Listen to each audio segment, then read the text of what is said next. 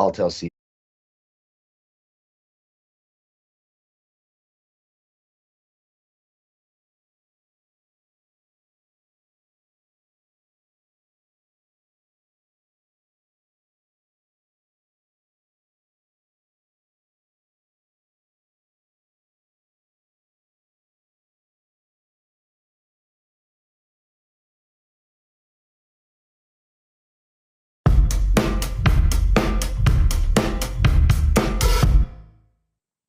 Folks, it is Monday, and it's time to talk some NFL and NCAA football action with the focus on windy, rainy, maybe, snowy, maybe, freezing cold, absolutely. Buffalo tonight between the Buffalo Bills and the New England Patriots. I'm Donnie RightSide. He's Kyle Purviance, and we're the NFL team here at Bookmakers Review. Welcome into the show, Kyle. And again, like we shed a little bit of tears here. Week 14. What? It's fantasy football playoff time. What the hell happened? And I mean, God, 2 weeks till Christmas. I have so much shopping to do. I'm usually way ahead of the game. Not this year. And how about that tweet you and I just put out? These conditions tonight look like they could be absolutely insane.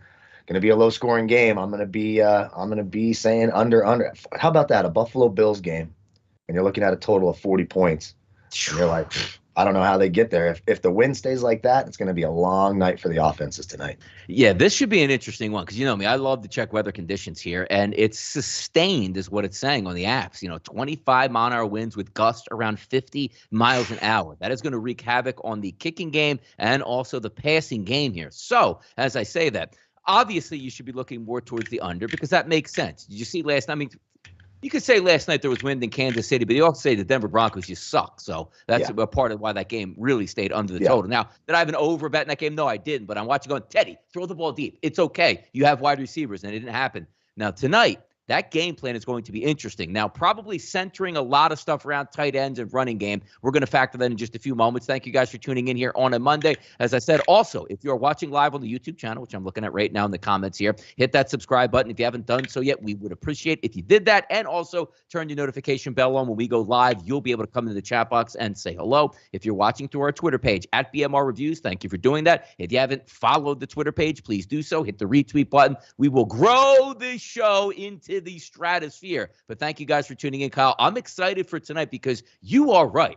You're looking at the Patriots offense, which routinely now is like high 20s, 30s. Yeah. You're looking at the Bills offense, potentially explosive here, and you're getting a cheap price sitting at the FanDuel Sportsbook right now of a 41, Kyle. Is there, like, we're going to break the game down in a second. Yeah. But just looking at it, even with the weather conditions, is there any value? Or are you just like, you know what? I am completely off the total. I can't even find any value at this point. I just can't because look how you've seen the Buffalo Bills in bad weather. That offense isn't great. This is an offense predicated on the passing game. This is not a great rushing offense. Their best running player is their quarterback, Josh Allen.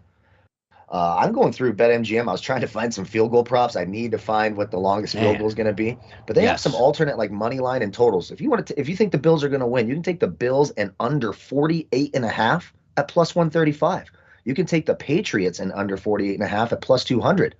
So I don't think we see 48 points if those conditions stay that way. Of course, there's those risks for interceptions, turnover. If they try to throw the ball hangs a little bit. So that could sort of be concerning here. But these are two good defenses despite the loss of Tre'Davious White for Buffalo. Some of those alternate things here where you're getting some plus money, I like that quite a bit.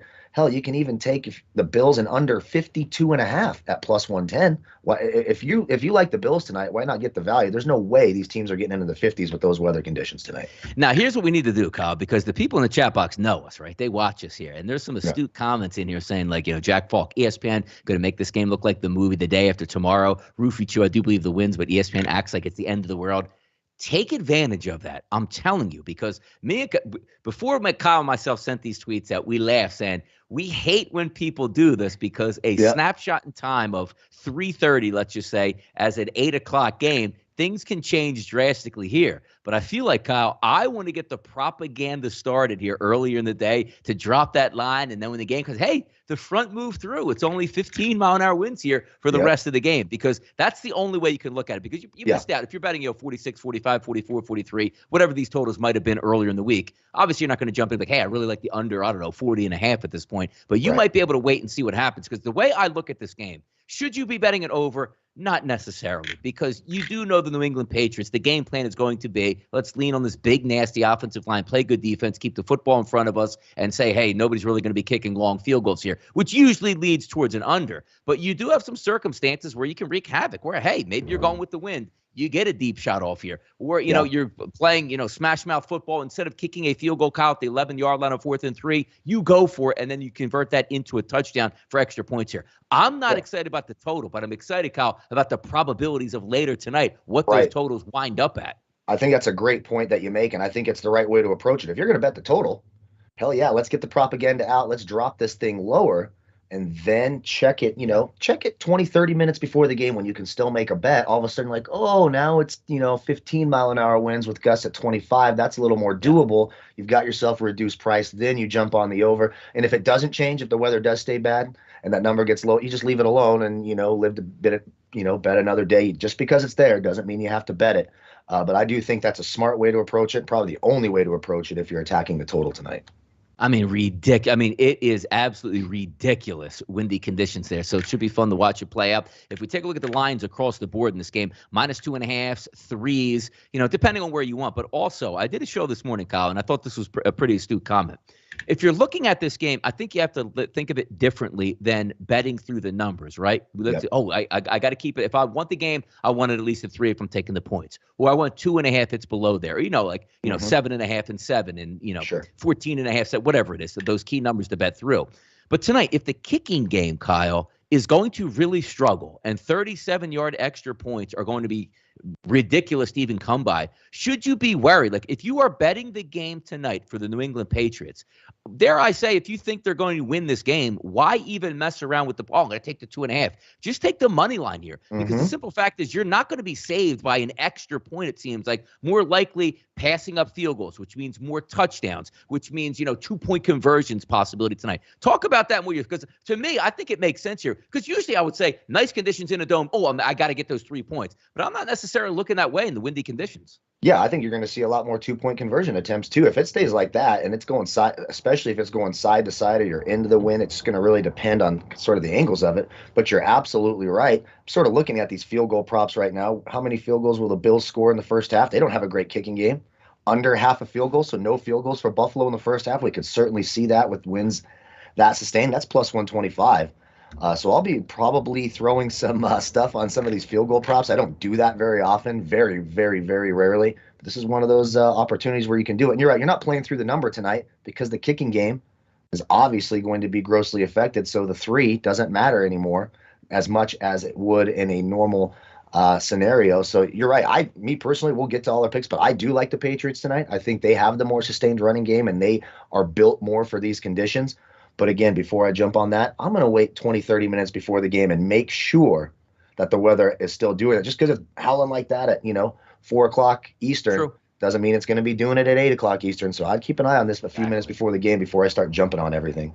Yep. So you good people out there in the chat box, spread this propaganda around like you got to be kidding me. How they even going to throw the football tonight? And maybe we can get a depressed number. Maybe you just jump on the, under if it is. Like if they show you at kickoff here where they have to have the guy come out and hold the football on the tee for the players, that's how you know it's going to be a windy night there. But you'll probably see Susie anyway. Susie Colbert will just start, flopping over like a bottle in the wind. If you see her, tip over a little bit, Joe Namath maybe comes out and saves her, which would be beautiful for TV. But for some of you older people who remember that, keep an eye on the pregame and then jump in. Make sure the weather is what you expect it to be.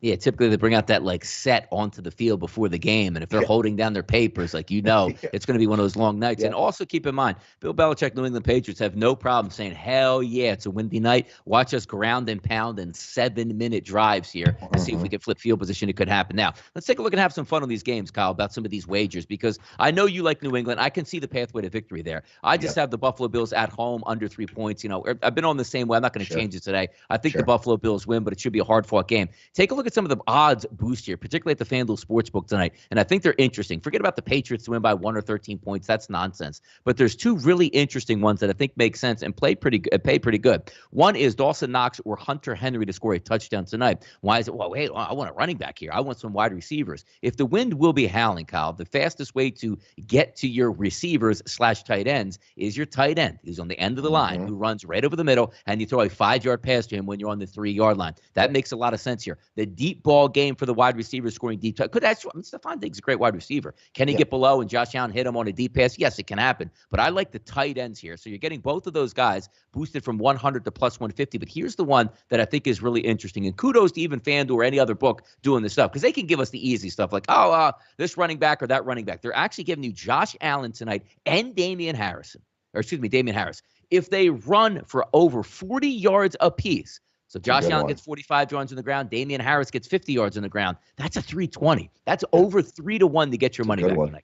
That's a really, really good one. I like that one quite a bit. And even the Josh Allen regular rushing prop over 35.5 minus 110 over at BetMGM. Love that. Josh Allen's going to run the ball a ton. He's their best running back. Devin Singletary, his number's at 39.5. The problem is they bring in Matt Breida a lot. Even when they're supposed to run it with Singletary a lot, they don't necessarily do that. Damian Harris is at 48.5. I mean, they're going to run the ball a ton, and I think it's a great point about tight ends. So if a team does get down into the goal line, into the red zone, windy conditions, they've been running the ball the whole game. The whole defense, everyone in the stadium's expecting a run. That little play fake to the tight end, I mean, we've seen it time and time again. I think that's a good call tonight. You probably get a really good number on a guy like Jonnu Smith as well if you're just looking for an anytime touchdown prop, the number 2 tight end for the Patriots. He's going to be on the field quite a bit. They love to run 2 tight end sets in Buffalo. He's got a good chance of getting in the end zone as well. You bring up a good point here, because you're looking tonight, and this is the good part about having 2 really good offenses in bad conditions. If you had, let's just say, in a nice October, September day, Kyle, you're not getting these prices here. And what I mean by is the anytime touchdown scorers. You bring up Jonnu Smith, who's on the goal line. You just need 1 target, Kyle. How about a plus 650? Anything.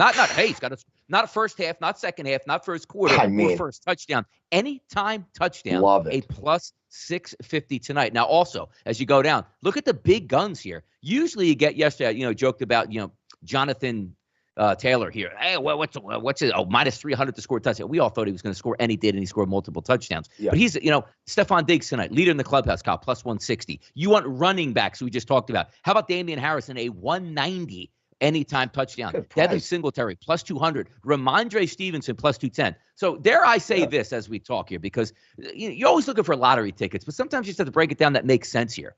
Yeah. Let's just say you go into this game, and Kyle, the Patriots are going to run 2 balls into the end zone tonight. Damian Harrison, plus 190. Ramondre Stevenson, plus 210.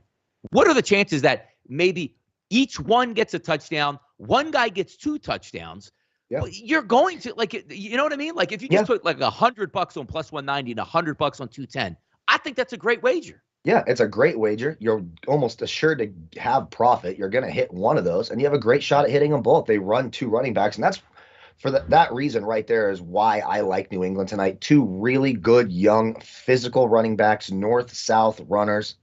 They're going to look, Buffalo has a decent front 7 and a decent rush defense, but I think everyone would agree the team here of the 2 teams tonight with the more competent ground attack is absolutely the New England Patriots, and I think we'll see that play out tonight. I like a low-scoring Patriots win tonight. I like them on the money line. I'll take that plus money on the money line.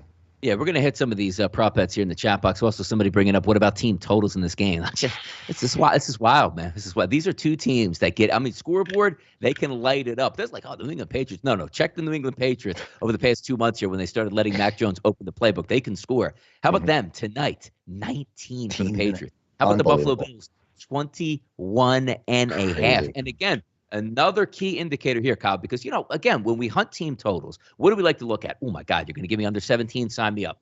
You're going to give me 19.5. I think they get 2 touchdowns and 2 field goals. You're going to give me 23.5, 3 touchdowns, 1 field goal. You see the 21.5 and you see the 19, say, oh, keep it below 20. But that doesn't necessarily make a lot of sense here, because you can get 3 touchdowns out of the let's just say you get just 3 touchdowns out of Patriots. There's a good chance you push that 19 or even lose it, because you're going for 2-point conversions and probably not kicking, or hopefully if the wind is down, maybe you can make an extra point. And it's the same thing with the Buffalo Bills. You see the 21.5 here. You're probably going to need 4 touchdowns. It's such an odd way to think about it. But again, if the weather is bad, those are going to be tough to come by. And you can't really quantify betting through the key numbers at this point. Yeah, exactly. That's why tonight's not a team total night. I guess of the two, the one I'd be more inclined to take is probably the Patriots. They're just, like I said, I think they're a better cold weather team, and anything I can get under 20 would be good. But you're right. All it takes, a couple missed extra points, or they're like, hey, we're not even going to try to kick this. We're going to go for two. Now you've got a good Bills defense. It's a restricted area there in the end zone. 2-point conversions are hard to come by. You saw it last night with Baltimore, which was a bizarre attempt. You have the best kicker in the league, right? Maybe the best kicker of all time. And you're not just going to go to overtime and try to give yourself a chance to kick a field goal and win it. You want to go for two. Really bizarre. But yeah, you can't rely on the kicking. So some of those numbers, like you mentioned, the 20, the 24, the 17, those could kind of go out the window, because you're probably going to see, if the wind is like that, you're almost certainly going to see a lot of 2-point attempts tonight.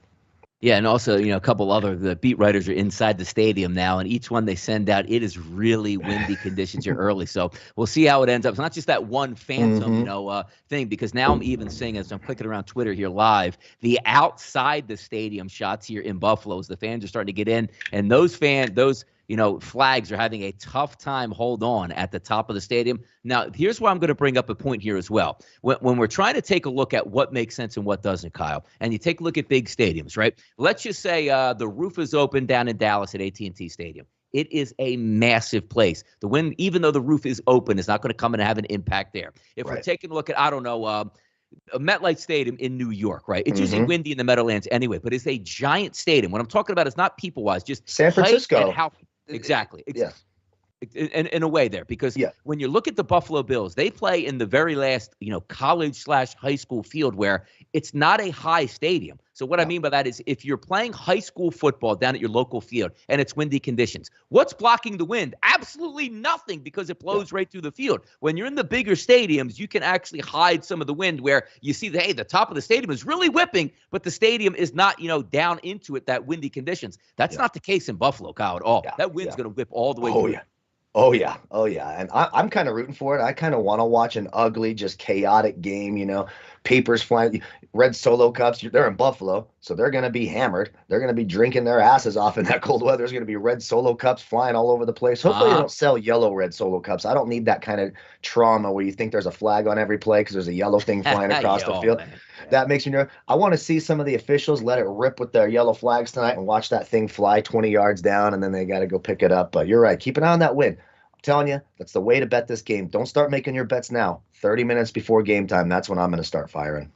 All right, here we go, Kyle. Let's take a look at the market for 2 or more touchdowns for a player. And this is fascinating because, again, you are getting guys that should never be priced this way. But when you take a look at the windy conditions, it makes sense here. Stephon Diggs has scored twice tonight, 1,100. How about the guys on the ground? Damian Harris, 14-1 to get 2 touchdowns. Wow. Ramondre Stevenson, 15-1 to get 2 touchdowns. How about Josh Allen, 20-1, Kyle, Holy for 2 moly. touchdowns? Who's to say? Like, he runs one in the first half. You're like, oh, here, I'm standing up the rest of the game. There's a legitimate chance that he can get 2 of those. So that market is interesting as well. But let's also take a look at the passing props, which are fascinating. And they are dropping by the hour. Josh Allen's over 228.5. Does that in his sleep, but obviously, windy conditions. How about this one? Mac Jones is being priced tonight like he's Justin Fields at 195.5, Kyle. It's really tempting, right? It's really tempting because, okay, maybe the deep ball is not necessarily going to be there. Is a deep ball ever really there for the Patriots? I know that once in a while they'll hit Kendrick Bourne, but this isn't a vertical passing team. They're an underneath passing team, break tackles. I think the Mac Jones one's interesting. I'm not sure it's going to change the Patriots passing game all that much because they are a shorter, quicker type passing game. It'll certainly affect the Bills more. Josh Allen likes to fling it downfield, and if there's any quarterback in the league who can spin it through the wind, it is Josh Allen, but not when it's 25 to 50 miles an hour. It's going to affect everything. But the Patriots passing game will probably look pretty similar. Under 200 yards, I think you got to take a sprinkle there. And my favorite prop, of course, is that Josh Allen over 35.5 rushing yards. I think he does that in the first half. Yep, and as I'm saying, like the circulation here is now the FanDuel Sportsbook retweets what it looks like in Buffalo right now. So keep putting that out there. Now, here's what I have to say about this game also, because you guys come on the channel. It's not so much about who we taking, what are you taking, how you. It's why you're taking it or what you think makes sense here. If you're looking from a rushing prop market, what does everybody run to the window tonight, Kyle, once they see the windy conditions? I got to get in on the running backs. I got to get in on, Josh Allen over. It's the proper way to think it is. But let's also remember that the defense knows that as well. Like you're going to be clouding the box. So these are two really good defenses that you're not just going to hand the football and hey, they're dominate. It's not the Chargers defense. It's not the Texans defense, the Jacksonville Jaguars defense here. So when I look how at depressed markets in the receiving, like Dawson Knox, 28.5 yards. Diggs is 59.5, which again, as I said, not really looking towards wide receivers, but some of these make sense. Like Cole Beasley's in the slot, sort of like a tight end. He's the quickest guy here. Also, you're taking a look at a lot of rocket screens tonight. So the reason why I bring that up, out of the backfield, like Devin Singletary, 14.5 yards. You don't think they're actually dropping off screens out here? You take a look at Emmanuel Sanders, just a possession wide receiver, 32.5. Cole Beasley, 30 in the slot. Damian Harris, 6.5 at a plus 100. I would be looking towards Hunter Henry, 23.5 yards. Somebody has to get the yards here. And I'm not saying that either one of these quarterbacks can throw Cobb for 350 tonight, but somebody's going to get these yards. It's like, hey, I got to get 72 yards out of Hunter Henry. You need 23.5. Yeah, no, it makes a lot. And tight ends and running backs, right? And you're right. Some of those possession type guys. I think the Emmanuel Sanders one makes a ton of sense. The Devin Singletary one, that's way too low. He's going to get the ball thrown to him out of the backfield in those conditions. Absolutely. So I think that makes a lot of sense. I sort of look at Kendrick Bourne too, 31.5. They're a little slot guy, underneath guy. They love going to him on third down. 31.5 minus 115. I think that makes a ton of sense. No, there's a lot of this is, and again, usually we're big over backers, and you want to cheer it on, but also you try to find that edge there. This is a game not necessarily you want to take overs, but if you find the right ones here, they really can make a lot of sense. But you'll know right away in this game, Kyle, first 5-6 minutes, first two drives, if that wind is wreaking havoc, because there's the tendency of both teams to say, okay. We succumb to these conditions. This game is about to get real ugly and low scoring, but you never know, and we'll know right away. But a lot of fun markets to bet into tonight. We'll keep in mind. And again, anything pops up there at the FS Bachelor on Twitter, at RightSide DP, we'll certainly keep you guys posted and have some fun with this game. But as I say that, let's get to Week 14, and we are going to start with Thursday Night Football. Ben Roethlisberger and the Pittsburgh Steelers got to win over the Baltimore Ravens. Why? Because Lamar Jackson has been downright terrible. Davis Mills, like it feels like over the past month, and not able to get out of his own ways. They take a loss to the Pittsburgh Steelers, pick up a win here. Then you're taking a look at Minnesota. Now, there isn't – first of all, you can't in any way, shape, or form lose to the Detroit Lions, which they did yesterday. But if there's any excuses, I don't know, having half of your team out for the football game is probably a decent excuse, and still having the lead and letting Jared Goff go 75 yards with no timeouts to beat you is hilarious. Now, Minnesota lines up as a minus 3-point favorite here, and here's where the Pittsburgh Steelers do it to you, right, Kyle? Hey, look, they get smoked by Cincinnati. Play a decent football game and come back in the fourth against the Ravens. Oh, where do I sign me up? +3 on the Steelers here. I got to see what the health conditions are coming into this football team for both of these games. Am I excited about taking Kirk Cousins? No. But that 44.5, Kyle, I think they can get over that number here early in the week. Yeah, and I'm looking at a team total for the Steelers over 19.5. It's at minus 140 over at BetMGM. I mean, you just gave up 29 points to the Detroit Lions. And, I mean, the Steelers offense can look putrid at times. I mean, just downright god-awful. But now we've got what do we like in team total overs? Controlled weather environment in a dome. We don't have to worry about the weather in December. You have a Vikings team. Their front seven is absolutely decimated. I mean, they have nothing up front. Najee Harris should have a good game here. I think the Steelers over 19.5 makes a ton of sense. And we talk about team totals all the time. We took the Vikings yesterday. Didn't give a damn if they won. They were 7-point favorites. Didn't want to touch it. But what did they do? They got that team total over 26.5. You cash your ticket. Doesn't matter that they had a couple people on Twitter go, oh, the Vikings bet lost. No, it didn't. I didn't pick them to win the game. I picked them to get 27 points. They did that. That's why team totals are important. I like the Steelers one right now early in the week over 19.5 minus 140. Yeah, Thursday night game, we'll all be watching that one. Two teams, I guess, on life alert, as you can say, for the playoffs, being the Steelers and the Vikings. So we'll see how that one plays out here. Also, let's get to some Sunday NFL action here. And if I updated this correctly, and I did, Las Vegas, Kansas City, 9.5 is a favorite for the Chiefs at home. Vegas comes to town. Darren Waller, I'm not so sure he's going to be back in this football game, and that offense really struggles without him. Hunter Renfrow, a good game yesterday, over 100 yards, but it seemed like that was the only guy trying to help them out. Washington football team beat them. But take a look from a Kansas City perspective, Kyle. I'm in bizarro world looking at Kansas City by saying their offense stinks and their defense is really good. Yeah, what in the world is going on here? So you lay the 9.5 again. Kyle, to me, this is the same exact game that I watched last night where I say to myself, if Denver had any pulse, if Vic Fangio was a real football coach, if Teddy Bridgewater was even an average quarterback in the NFL, which he isn't, they should have been in that game not only to win it, but to cover, and they did neither. So when I look at this coming in with Las Vegas, can they go in and hold their own in Kansas City? Sure. A lot of NFL football teams can rise up on Sundays. But if I'm going to get the same amount of effort out of Las Vegas where their offense is just pedestrian and all of a sudden the Chiefs are playing good defense, sooner or later we're waiting for the Chiefs offense to erupt here. I'm not even saying it does that. The 48.5 to me is kind of an interesting number because you're just saying, okay, Vegas should score, but Kansas City should do as well. Has Kansas City flipped the switch and goes, hey, let's just play good defense and just score enough to win now? I mean, watch out AFC. We've been waiting for a team to be the best team in the AFC. We thought it was Kansas City, then it wasn't. Now 5 straight wins, and that's the key. Their defense has really stepped up. And when you look at Kansas City, one of their bigger strengths is in the slot. L'Jarius Sneed's a terrific slot corner, so it's going to be a lot harder for Hunter Renfrow this week. Now you take, and if Darren Waller doesn't make the starting gate, haven't loved the Chiefs covering big spreads all that much this year. They need to win by double digits to cover it here.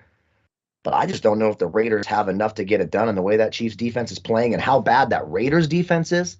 Yeah. Right now, I don't love it. I don't like taking the Chiefs by double digits. They haven't been great at it over the last couple of seasons. Of course, got it done last night. But I think right now it's Chiefs or nothing, right? What have the Raiders done to me? I know they beat the Cowboys on Thanksgiving. That wasn't all that impressive either, in my view. No Darren Waller, no Raiders for me. I think the Chiefs get it done here.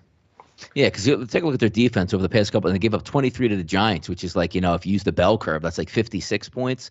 So if you take a look at Kansas City, you know what I mean? They played to give up 41 to them, 32 to Cincinnati, 33 to the Dallas Cowboys. Played decent football against Washington, but still lost that game overall. Yeah. But I think it's some of those things where, Kyle, you see something and you just say, hey, look, this makes sense. This looks like a carbon copy of what we just watched against Denver. I'm not going to fall for the banana peel and say, hey, the Denver Broncos could cover because, quite frankly, the Denver Broncos didn't even try to cover, which is interesting because if you came in that game and said, what game plan are you going to get out of Denver? I'd have probably said, sign me up because Denver doesn't give a damn if they win that football game, so they might be able to cover. They were horrendous all the way around, but I see a lot more of the same things coming. All right, let's get to another game here, rotation-wise, 109-110, and that's San Francisco going to Cincinnati, shifted into that 4 p.m. slot here. So a prime time, game that we have. And this is San Francisco coming off a bad loss to Seattle here. We're going to check the status of Deebo Samuel as the week moves along. Also going up against Joe Burrow, a terrible loss against the Chargers. When you get down 24-0, you fight your way all the way back, and then Joe Burrow implodes late in the game. And so does Joe Mixon with that fumble touchdown and a horrible end zone interception towards the middle of the fourth quarter. So we're looking at this game overall, Kyle. And again, here we go, right? Cincinnati opens up a -2-point favorite, now sit at 1.5. Actually, FanDuel has flipped the San Francisco as a -1. If I'm looking at this game of who I actually trust more, it's the San Francisco 49ers. At least I know the San Francisco 49ers. And outside, the reason why I picked against them this past week, too, is because I didn't think Jimmy G could go on the road and win the football game, and he didn't. But that changes. When Deebo Samuel gets back and he's healthy, Jimmy Garoppolo doesn't have to do anything but throw 1-yard passes to Deebo Samuel on the outside, and it opens everything up. So if Deebo Samuel is healthy for this game, give it the 49ers, Kyle. Yep, I completely agree. And that team total over 23.5 -115. I like that quite. The Bengals defense is not very good. I've been trying to tell people that repeatedly. Yeah. If you would have said, hey, week 14 before the year starts, the 49ers are going to go play the Bengals and it's going to be a pick 'em. The 49ers have fallen off quite a bit. This is a really important game for both teams, but especially for the 49ers if they want to stay in the playoff hunt in the NFC. It was an awful loss yesterday. Jimmy Garoppolo stinks. I don't know how this guy is not a starting quarterback in the league. I don't know who's going to want him after this year. He's absolutely putrid. But that running game is going to be dialed up. If Deebo's there, I'll feel a lot better about it. Early in the week, if I get a full go Deebo Samuel, you will see the 49ers team total on my Twitter page Sunday morning. Yeah, no, it makes a lot of sense there because you're just trying to take a look at, again, it's about sometimes it comes down to trust. Cincinnati, who I thought was going to have a nice performance on Sunday. And again, they came back to make it 24-22, still got blown out. But anytime you're down 24 points to start a game, you're not coming back in that game and probably winning it because you expend all your energy just trying to come back. Thank you for checking us out. So let's keep it moving here and go to Baltimore and Cleveland, 113-114. Boy, oh Oh, boy, Kyle. You want to talk about two teams where you're just trying to flip a coin up in the air and say whatever comes up heads or tails I'm going to take. It's Baker Mayfield and the struggling Cleveland Browns. It's Baltimore and the struggling offense of the Lamar Jackson-led passing game here. You see a favorite for Cleveland at 2 to 2.5. And I got to say, it might be so simple for me that now you see Humphreys down. The secondary is getting depleted. Dare I say, it's hard. I think I trust the Cleveland Browns offense more than I do Baltimore Ravens at this point, though. It's crazy. okay, we're getting very mixed signals, all these mixed emotions. There's a lot of mixed emotions while you were talking there.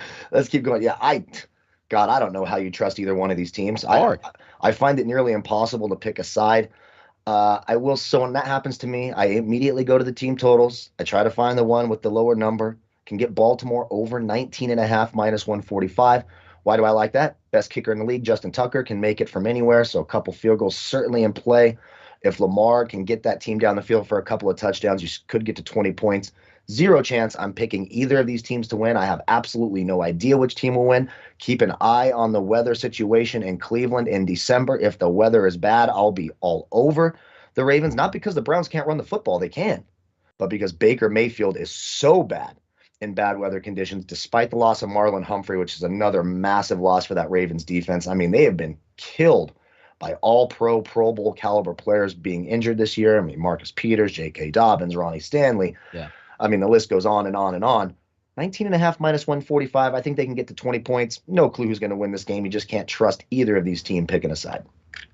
Yeah, it's a tough one going in, but both of these teams need this football game. It'll be interesting to see how it plays out the rest of the week. Let's also get to an NFC East tilt here, where all of a sudden the Washington football team getting it together here, get home, taking on Dak Prescott and the rested Dallas Cowboys. Coming into this game, open up at the FanDuel Sportsbook as a -5. Now, so it's basically 4 to 4.5 across the landscape here, 49.5 as a total. Quick check of the weather conditions here in the nation's capital. How about this, Kyle? Rain and 50 degrees with about 10-mile-an-hour wind, so that might impact that game overall. So early in the week, if you're going to give me a 49.5 and it's going to be rain in this one, probably leaning towards the under. But do you trust Washington or do you trust Dallas coming into this game overall? It's kind of tough to watch. I technically trust Dallas a little bit more because the quarterback situation is a little more stable on Dallas. The skill position is a little bit more stable on Dallas. Probably lean towards the Cowboys, but again, it's not about picking a money line here. You got to cover the 4. Can they go in and win? Washington has played well early in the week, under, and maybe the points for me on the Washington football team.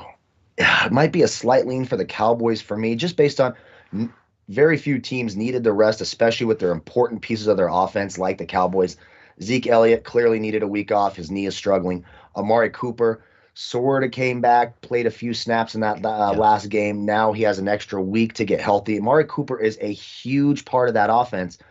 The reason being, if you play man-to-man coverage, very few receivers in the history of this league, if you go and look at the yards of separation created in man-to-man coverage, Amari Cooper is near the top. So it's a big, big asset for Dak Prescott and for that offense. They should also be getting their coaches back who weren't available to coach in the last game due to COVID. It's a slight lean to the Cowboys here, but this one's going to be really, really dicey. I think if it's going to rain, you lean the under. If that rain, dissipates and it's just going to, 45, 50 degrees, both these teams should be able to score. It makes you a little nervous because sometimes that Washington team, Heineke, good player. I love his guts. I like Taylor Heineke a lot, but he does have a tendency to make bad decisions in the red zone. So that would be the concern there if you're leaning towards the over. So I'm with you right now, lean the under, and a slight lean to the Cowboys. Now, it's never too early to talk about monster games on Sunday here, specifically with a team in the Buffalo Bills that have a monster game tonight. But the Buffalo Bills going down to take on Tom Brady and the Buccaneers. Sensational stuff. And look at right off the top here, 52.5.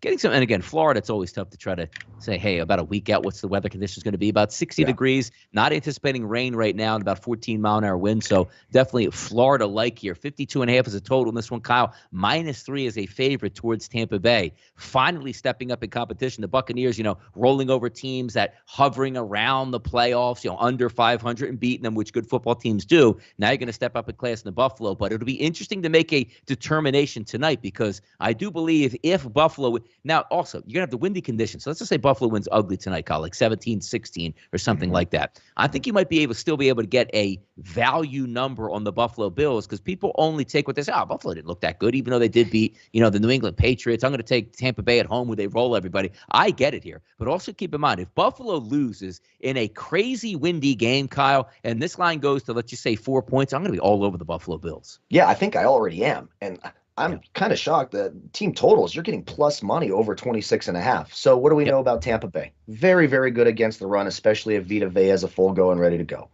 The Buffalo Bills, and they're terrible against the pass. You can throw if you have a competent passing game, you can throw all over that Buccaneers secondary. So as long as these skill position players, the Stephon Diggs, the Sanders, Gabriel Davis, Josh Allen, of course, stay healthy, they should be able to throw all over this team, and they don't give a damn about not being able to run up the middle because that's not what they do anyways. I think Buffalo scores points here. It's a bad matchup stylistically for Tampa Bay. Despite the loss of Tre'Davious White, they still have a good secondary, Taron Johnson, Levi Wallace. They can still put pressure on the quarterback. Right now, I'm leaning the Bills. I think they win this game. And plus money, plus 110 over 26.5. I think you see points in this game. That team total just seems bizarre to me. Yeah.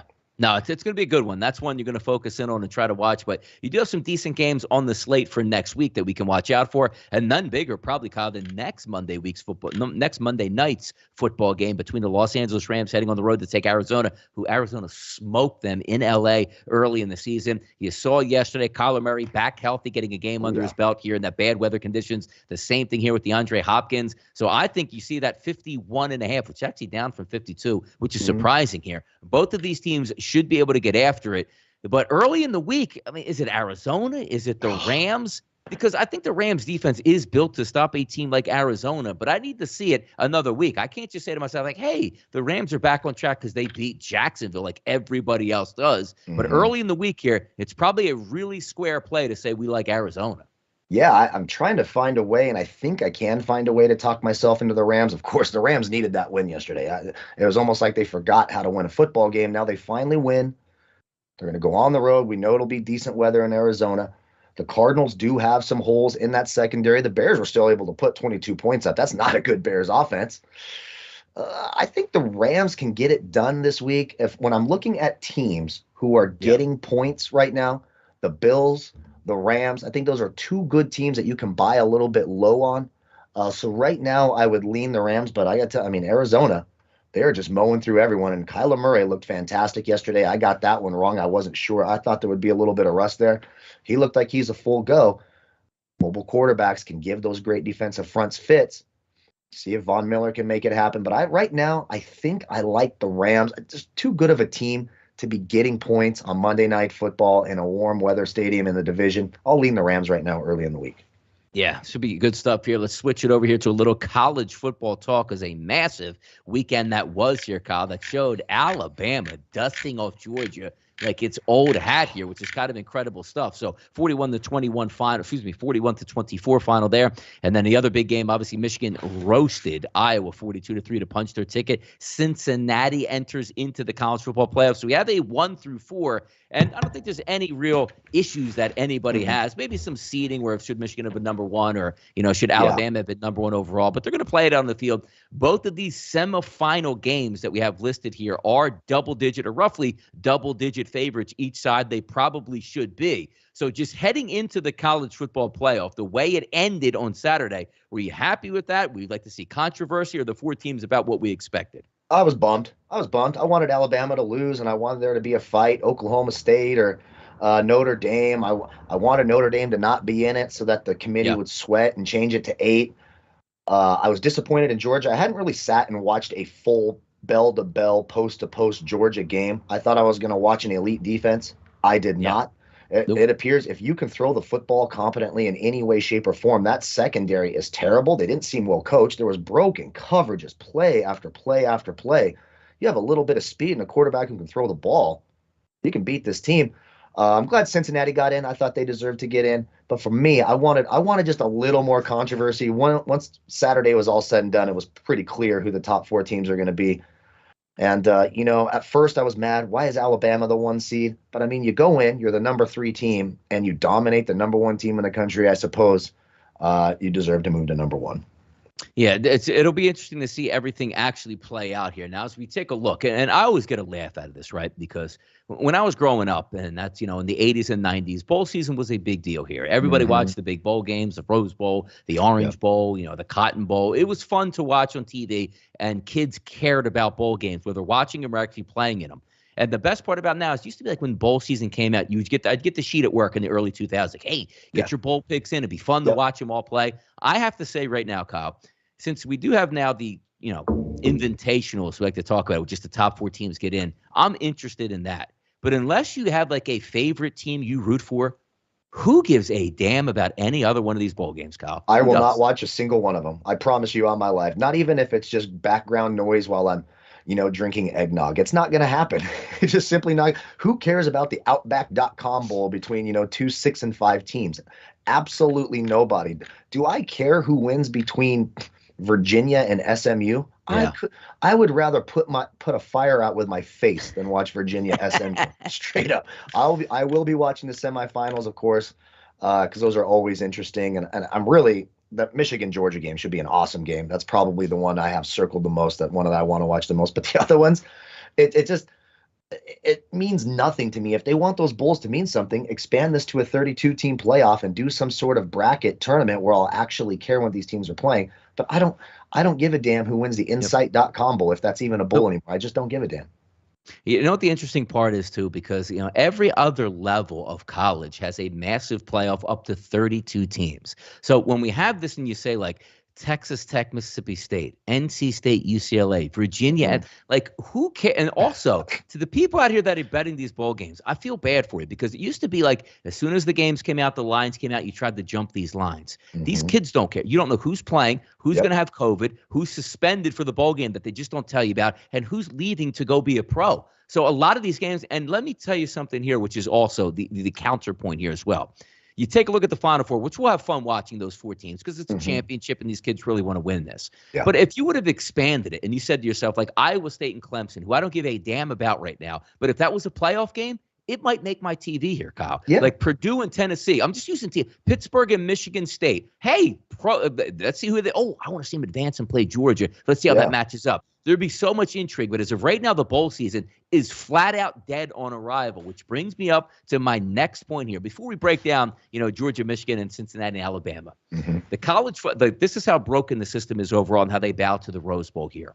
In 2016, Kyle, they decided, college football and whoever makes the decisions, what a great idea it was to put these games on New Year's Eve. Forgetting about like New Year's Eve, what it actually is. Like from myself in my early 20s to myself now married in my 40s. New Year's Eve was about going out with family and friends and drinking and having a good time. The DJ's playing, a nice restaurant, go out to a club or just a friend's house with a party here, right? So they decided in 2016, we're going to make a new thing. We want it every year on New Year's Eve. Well, they lost half of their ratings and they scratched their head. Why? Because again, as a human being and myself, it's very hard to tell your wife, your girlfriend, your boyfriend, your cousin, everybody who's going out for, hey, why don't you come in the other room? Why are you watching a football game with us when we're having a party in the other room? And they were so dumbfounded by saying, how could these ratings drop? And here we are, Kyle, on December 31st. You're going to put Georgia and Michigan on at 7:30, which means a 7:45 kick, where half the country who wanted to watch the game and would have it on a Friday night, but since it's New Year's Eve, will have to go out with their wives and their girlfriends, and your ratings will plummet when they should be absolutely massive if, Kyle, you put it on New Year's Day where it's supposed to be at 7:30 on a Saturday, where every single person would want to stay home and watch it, but you put it on New Year's Eve. These people can't get any more stupid, can they? It's the dumbest thing. I'm a little lucky I'm on the West Coast, so I might have a shot here. But you think my girlfriend's going to allow me to, we're not going to go to that party. I got to wait for the end of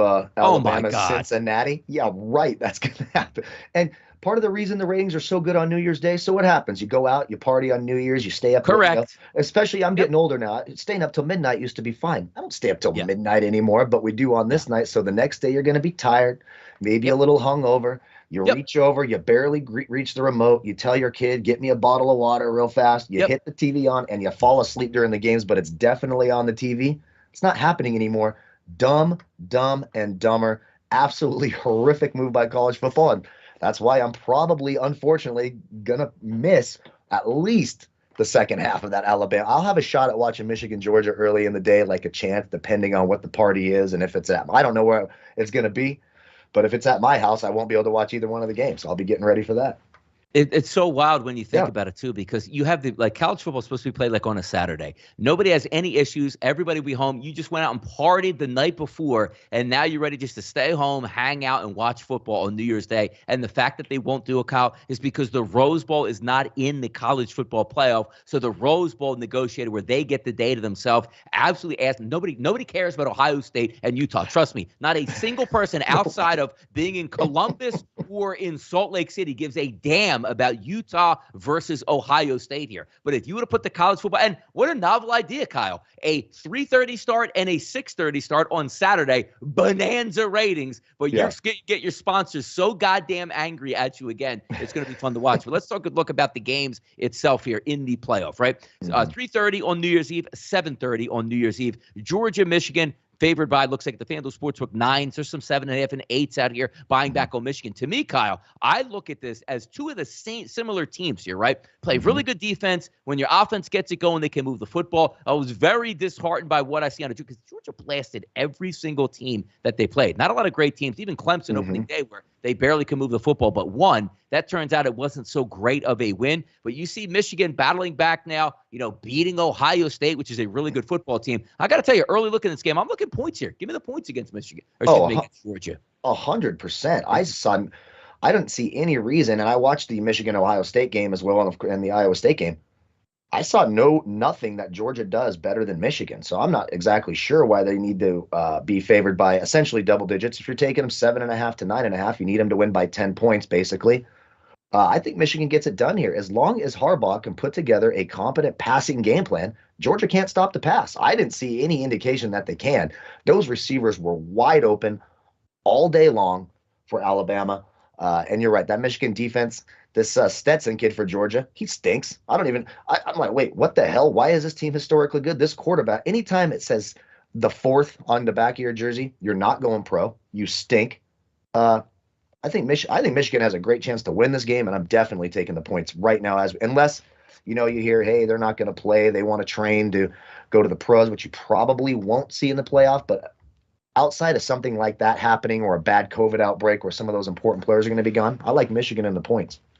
Yeah, and the second game we'll talk about here, Cincinnati and Alabama. This is a 14-point line, and rightfully so, a 58, which actually leaned towards the over in that game. Now, the one interesting thing you have to worry about is John Mechie III is not going to play in this football game and won't play college football probably again, turning pro, I would assume, after that devastating ACL injury. So you tear your ACL in December, probably takes you about a year to get back from that. So hopefully the kid can, recover there, but that's not going to help Alabama overall. But again, it is Alabama. It's the SEC going up against the AAC. We'll see how that one turns out. I do root for Cincinnati in this game because, again, Alabama, the big bad wolf here, they're probably going to roll. And all the naysayers are like, I told you, Kyle, Cincinnati should have never been in the college football playoff. You're going to hear a lot of that. So I hope Cincinnati keeps it close. Will I be betting the game? Probably not, but rooting on Cincinnati just because they're going up against Alabama, right? Yeah, of course. Like, I was so pissed off that Alabama was winning that game. I'm just sitting there watching it angry. Just, God, come on, Georgia, do something. They should roll. And for all those who say, I told you Cincinnati shouldn't be there. What if it was Notre Dame? Every time Notre Dame makes the playoffs, they get their asses beat. So what's the difference from Cincinnati or Notre Dame getting their asses beat? Alabama probably spanks them, but my heart will be 100% behind Cincinnati, and I'm not taking Alabama by 14 points over. I don't think they're all that great. It was an impressive win Saturday, but this is not the dominant Alabama teams of the past. It's a big line. I'll probably have a sprinkle on the points for Cincinnati. That'll be a heart bet, not a head bet. So I'm not telling everyone to go do that. But yeah, Alabama most likely rolls. We've seen the story a million times, and more than likely that's what we're going to see again. By the way, bowl season, like New Year's Eve games, probably the best slate, obviously, because you have the two playoff games. You have Texas A&M and Wake Forest, which should be, some good points in that one. Washington State and Miami, Florida just fired Manny Diaz, so Mario Cristobal won't be coaching it in that game, but probably neither will be Manny Diaz. But then again, we say, college. things changed so much, Kyle, over the years, because it used to be like, you had NCAA like bowl week, right? It was like a week and a half of games. Now it's like a whole month of games that's so spread out, nobody cares. But when did New Year's Day turn into only 5 bowl games? It used to be a bonanza, like 3 kickoffs at noon, 3 at 1 o'clock, 3 at 2 o'clock, 3 at 3 o'clock, 3 at 4 o'clock. And then, you say like the national championship game, which usually would be like, I don't know, like the Orange Bowl or something would have like the, 1 versus 2, or the Sugar Bowl would be at night. How the hell did it get to this, Kyle? 5 games on a Saturday for New Year's Day? That is atrocious. It's atrocious. And I'm looking, I guess I'll probably watch Oklahoma State, Notre Dame, maybe. I know I'm not waking up early to watch Arkansas, Penn State. I can tell you that right now. That one's not going to make the docket. Okay. I'll still be asleep when that one starts. Kentucky, Iowa. Yeah, that's not going to happen. Look, Kyle, look at the first 3 games of the total. 46, 45, and 44. Get the hell out of here. Bad. It's so bad. You get a total later. Baylor, Mississippi might not be bad, but I'm not sure I'll be alive by 5:45 or 8:45 on New Year's night. New Year's Day has turned into what I would say is just a bad, boring day of college football. Kind of disappointing. No, you're right. And also, let's take a look again, because the New Year Bowl games are supposed to have good football teams. Let me ask you this, Kyle. If every one of those 5 games on New Year's Day was a playoff game, would that interest you? Absolutely. I would probably spend the whole day hungover. I'd order in DoorDash and just sit in front of the couch and watch all the games. Now I'll probably, that's a couple days before I officially turn 40, so I'm going to be a little depressed. Oh. So I don't know. I might be watching I might go back and watch Christmas movies. I might watch The Elf and Home Alone 1 and 2. Definitely not Home Alone 3. Bad job by Barstool Sports putting Home Alone 3 over Home Alone 2 on their list of Christmas movies. That's the biggest tragedy I've seen in years. Absolutely ridiculous. But no, more than likely, there's a chance I'll watch a couple of these games, and more than likely I'm not going to watch shit on New Year's Day. Yeah, it should be interesting to watch everything play out, but a big NFL slate tonight. It'll be interesting to see, because as you're seeing more and more beat writers get in there, Kyle, I'm seeing more and more dancing goalposts out here, so something to keep an eye on. If we take a look at one final sweep through on the actual numbers for the game tonight, looking at my odds board here, 40.5s across the board. My question to you, Kyle, before we get out of here, will we see tonight this number in the 30s, meaning 39.5 or less? What do you think? I think we have a great shot at seeing it, especially if those windy conditions keep getting sent around the internet. I know I tweeted mine out. You tweeted it out.